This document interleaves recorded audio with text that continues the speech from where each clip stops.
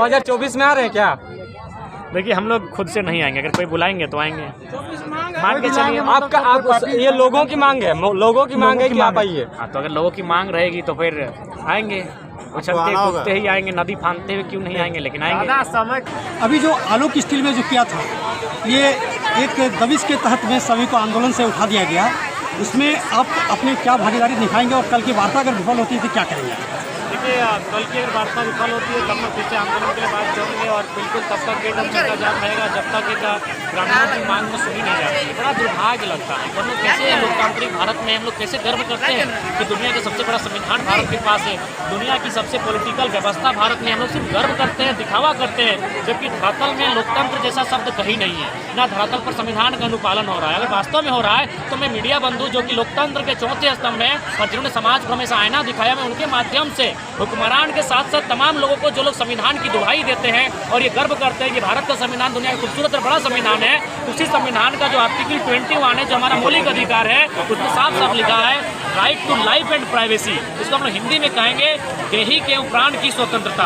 प्राण की स्वतंत्रता का मतलब है यदि कोई वहाँ कंपनी स्थापित हो, कंपनी तो दूर की बात है, यदि कोई हॉर्न बजा रहा है, गाड़ी का अगर हॉर्न बजा रहा है, अगर उस हॉर्न से अगर हमें कोई बीमारी उत्पन्न होगी या फिर ऐसा लगता है कि हमारे जान को डिस्टर्ब होगा तो उस हॉर्न को बंद करने का हमको राइट है, क्योंकि हमारा मौलिक अधिकार है। तो सोच सकते हैं आज जो कंपनी रोंगटा कंपनी स्थापित है, पहला बात तो रोंगटा कंपनी ने जमीन यह कह के लिया है कि वहाँ लकड़ी का काम होगा, वहाँ आपका धागा सुइया धागा सुत्ता का काम होगा, और वहाँ वो क्या कर रही है, आयरन एंड स्पंज बना रही है, और वो तो ठीक है, लेकिन उसके बाद जो धुआं आ रहा है, हमने गाँव का सर्वे किया है, हम चाहेंगे मीडिया जगत के तमाम बंधु वहाँ जाकर सर्वे करें। खेती जो है वो काली हो चुकी है, वहाँ के चावल काले हो चुके हैं, वहाँ की साग सब्जी काले हो चुके हैं, और एक बच्चा जो बहुत दर्दनाक कह सकते हैं, मासूम सा 8 साल का बच्चा, इतना बड़ा उसका चेहरा फूल जाता है कैंसर के कारण और वो मौत हो जाता है। और एक बच्चा देखें उसका मैंने गुप्त अंग में हुआ है, पीछे गुप्त जो भाग है शरीर का, वहाँ देखें चीर फाड़ हुआ है। यानी समझ सकते हैं कहाँ है भारत का संविधान और किस मौलिक अधिकार की हम दुहाई दे रहे हैं, किस अनुच्छेद आर्टिकल 21 की हम बात कर रहे हैं कि आज एक मामूली कंपनी, इस देश में ना जाने अनगिनत कंपनियां हैं, अगर एक मामूली और छोटी सी कंपनी अगर इंसान के जीवन को इतना तार तार कर रही है, तो बाकी बड़ी बड़ी कंपनियां जिनका सीधा सरकार से संपर्क है वो लोग कितना तहस नहस कर रही है। इसीलिए मेरा मानना है ऐसी कंपनी जो पर्यावरण पे फिट नहीं बैठती है, जो प्रकृति से तालमेल नहीं बैठा पाती है, जो मानव जीवन को बाधित करती है, ऐसी कंपनी कितना भी विकास का बात क्यों ना करे, ऐसी कंपनी का संचालन नहीं होना चाहिए। हम लोग उसके लिए पुरजोर आंदोलन करेंगे, उसके लिए हम लोग तय तिथि बना रहे हैं। नई नियोजन नीति 60-40 का विरोध हो रहा है, उसका क्या होना चाहिए, किस प्रकार से होना चाहिए, लागू होना चाहिए नियोजन नीति? देखिए सबसे पहली बात हम तो यही चाहेंगे, आज 3 साल हो गए नई सरकार के, इससे पहले भी 5 साल एक सदृढ़ सरकार रही, जो एस्टेब्लिश सरकार रही, कोई डिस्टर्ब नहीं हुआ, 5 साल उन्होंने भी चलाया। तो इनके पास मुझे लगता है इनकी मनसा साफ नहीं है।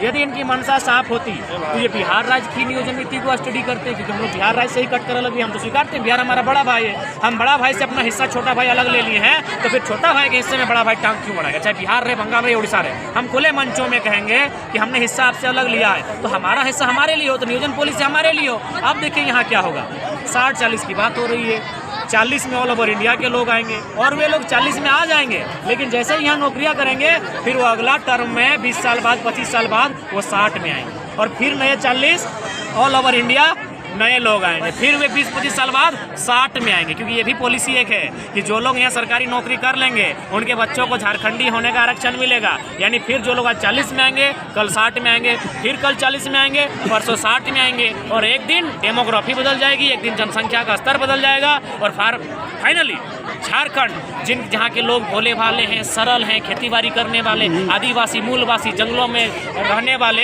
ये लोग चले जाएंगे। आज ही देखिए ये कोलियरी क्षेत्र है, यहाँ का कोयला का खदान जिन जमीनों में वो किनकी ज़मीनें हैं, मूलवासी आदिवासियों की ज़मीनें हैं, लेकिन उस कोयले से लाभ किनको मिला है उसका सर्वे किया जाए, मैक्सिमम अन्य राज्यों के लोग हैं। तो इसी प्रकार झारखंड के लोग अगर पॉलिसी ढंग की नहीं बनती है तो सदैव ठगे जाएंगे। इसीलिए आज हम लोग चाहते हैं कि झारखंड लोग एकजुट रहें और पहले पॉलिटिकल रिफॉर्म करें, अपने मत का सदुपयोग करें और अपने विधायकों को अपने घुटने पर रखें, अपने मत का पावर का इस्तेमाल करें। और नहीं तो मुझे लगता है आने वाले दिन अगर झारखंड के लोग अपने आप को, अपने जंगलों को, अपने ज़मीन को बचाना है तो उन्हें बहुत बड़ा उल्लंघन करना है। क्षेत्रीय भाषा में हिंदी, इंग्लिश, उर्दू और संस्कृत को डाल दिया गया है। क्या इसे क्षेत्रीय भाषा में रहना चाहिए? बिल्कुल नहीं रहना चाहिए। सभी भाषा का हम सम्मान करते हैं, क्योंकि हर भाषा का हम लोग कहीं ना कहीं प्रयोग करते हैं। अपने जीवन में हम लोग अंग्रेजी का भी प्रयोग करते हैं, हिंदी का भी प्रयोग करते हैं, उर्दू का भी करते हैं, संस्कृत का भी करते हैं, लेकिन वे क्षेत्रीय भाषाएं नहीं है। क्षेत्रीय भाषा उन्हें कही जाती हैं जो किसी राज्य विशेष में बोली जाती है, किसी जिला विशेष में बोली जाती है, लेकिन जो कम से कम आधे भारत में बोली जाती है, कोई भाषा संपूर्ण भारत में बोली जाती है, कोई विदेशों में बोली जाती है, वो कभी क्षेत्रीय भाषा हो ही नहीं सकती है। तो मुझे नहीं लगता है कि यहाँ की जो गवर्नमेंट है उनकी जो सोचने की शक्ति है वो काम कर रही है। अंग्रेजी हद है यार, एकदम हद है, और हंसने का विषय है अंग्रेजी यहाँ की क्षेत्रीय भाषा। हालांकि अभी सुने, अब फिलहाल तो अपडेटेड हम लोग हैं नहीं, क्योंकि काफ़ी दिनों से हम लोग भी डिस्टर्बेंस है, लेकिन ये भाषाएं किसी प्रकार से क्षेत्रीय भाषाएं नहीं हो सकती। दादा एक बात, ये जो अभी नियोजन नीति का 60-40 लागू हो जाता है देश में, हमारे झारखंड में, तो यहाँ के स्टूडेंट कह रहे हैं कि विधानसभा घेराव करेंगे, तो आपका इसमें कैसा भूमिका रहेगा? बिल्कुल, हम लोग स्टूडेंट के साथ करने से कंधा मिलाकर रहेंगे, स्टूडेंट के साथ रहेंगे, स्टूडेंट के बीच रहेंगे और स्टूडेंट बन के रहेंगे। हम लोग हमेशा रहे स्टूडेंट के साथ रहे हैं, चाहे खतियानी आंदोलन हो, भाषाई आंदोलन हो, हम लोग तो हमेशा आंदोलन के बीच रहे, आंदोलन के साथ रहे। और साल भर से तो घर द्वार भूल ही गए हैं। घर द्वार क्या हो रहा है घर में हमको पता तक नहीं चलता है, हमारे गाँव में क्या घटित हो रहा है वो हमको पता तक नहीं चल रहा है। तो कहीं ना कहीं हम लोग स्टूडेंट के साथ हैं, वो लोग जिस प्रकार का आंदोलन तैयार करेंगे उस आंदोलन में हमारी भूमिका रहेगी। दादा 2024 में सबसे ज़्यादा सोशल मीडिया में वायरल हो रहा है कि 2024 में जयराम महतो झुमरा पहाड़ में सरकार बनाएंगे, इस पर आप क्या कहते हैं? देखिए, हम लोग कहा कि हम लोग संवैधानिक स्तर से राज्य में बदलाव, व्यवस्था परिवर्तन के लिए सोचेंगे। हालांकि हमारी सोच बहुत दुर्लभ है और काफी मैंने टफ सोच है, लेकिन ऐसा बात नहीं कि हम लोग बजा रहा है, इसको बंद करिएगा। हम लोगों ने प्रयास किया है कि एक पॉजिटिव वे में मत का प्रयोग करते हुए लोगों को, हालांकि हम लोग प्रयास ही कर रहे हैं अभी तक, एक अच्छा बदलाव हो, नहीं तो कोई गलत नहीं है। झुमरा पहाड़ में अगर सरकार बन ही जाए इन दुष्टों से लड़ने के लिए, ऐसी बेईमान कंपनियों से लड़ने के लिए, तो कोई बुरा नहीं है। जहाँ प्रत्येक दिन जहाँ इंसानों की हत्या हो रही है, जीव जंतुओं की हत्या हो रही है, जब किसी को दिख ही नहीं रहा है, सरकार बाजा बंद करिएगा। तो किसी को हेलो, मजबूरी में इंसान क्या नहीं। अरे बाजा जो गाड़ी में बज रहा है उसको बंद करिए। 2024 में आ रहे हैं क्या? देखिए, हम लोग खुद से नहीं आएंगे, अगर कोई बुलाएंगे तो आएंगे।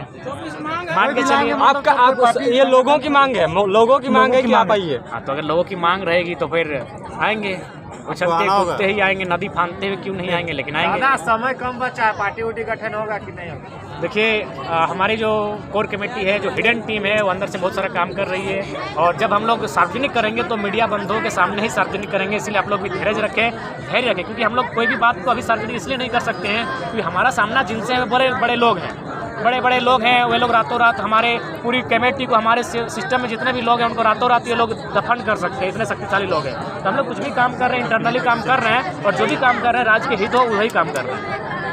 आपके संगठन की ओर से रामगढ़ उपचुनाव जो हुआ उसमें किनको योगदान मिला था? देखिए, हम लोग चूंकि इस उपचुनाव में हमने पहले ही कहा था, अगर हम लोग का अगर कोई योगदान डायरेक्ट इनडायरेक्ट रहेगा ही तो 24 में रहेगा, फ्रेश रहेगा, और हम लोग उस पर कायम हैं। चलिए, जोहार।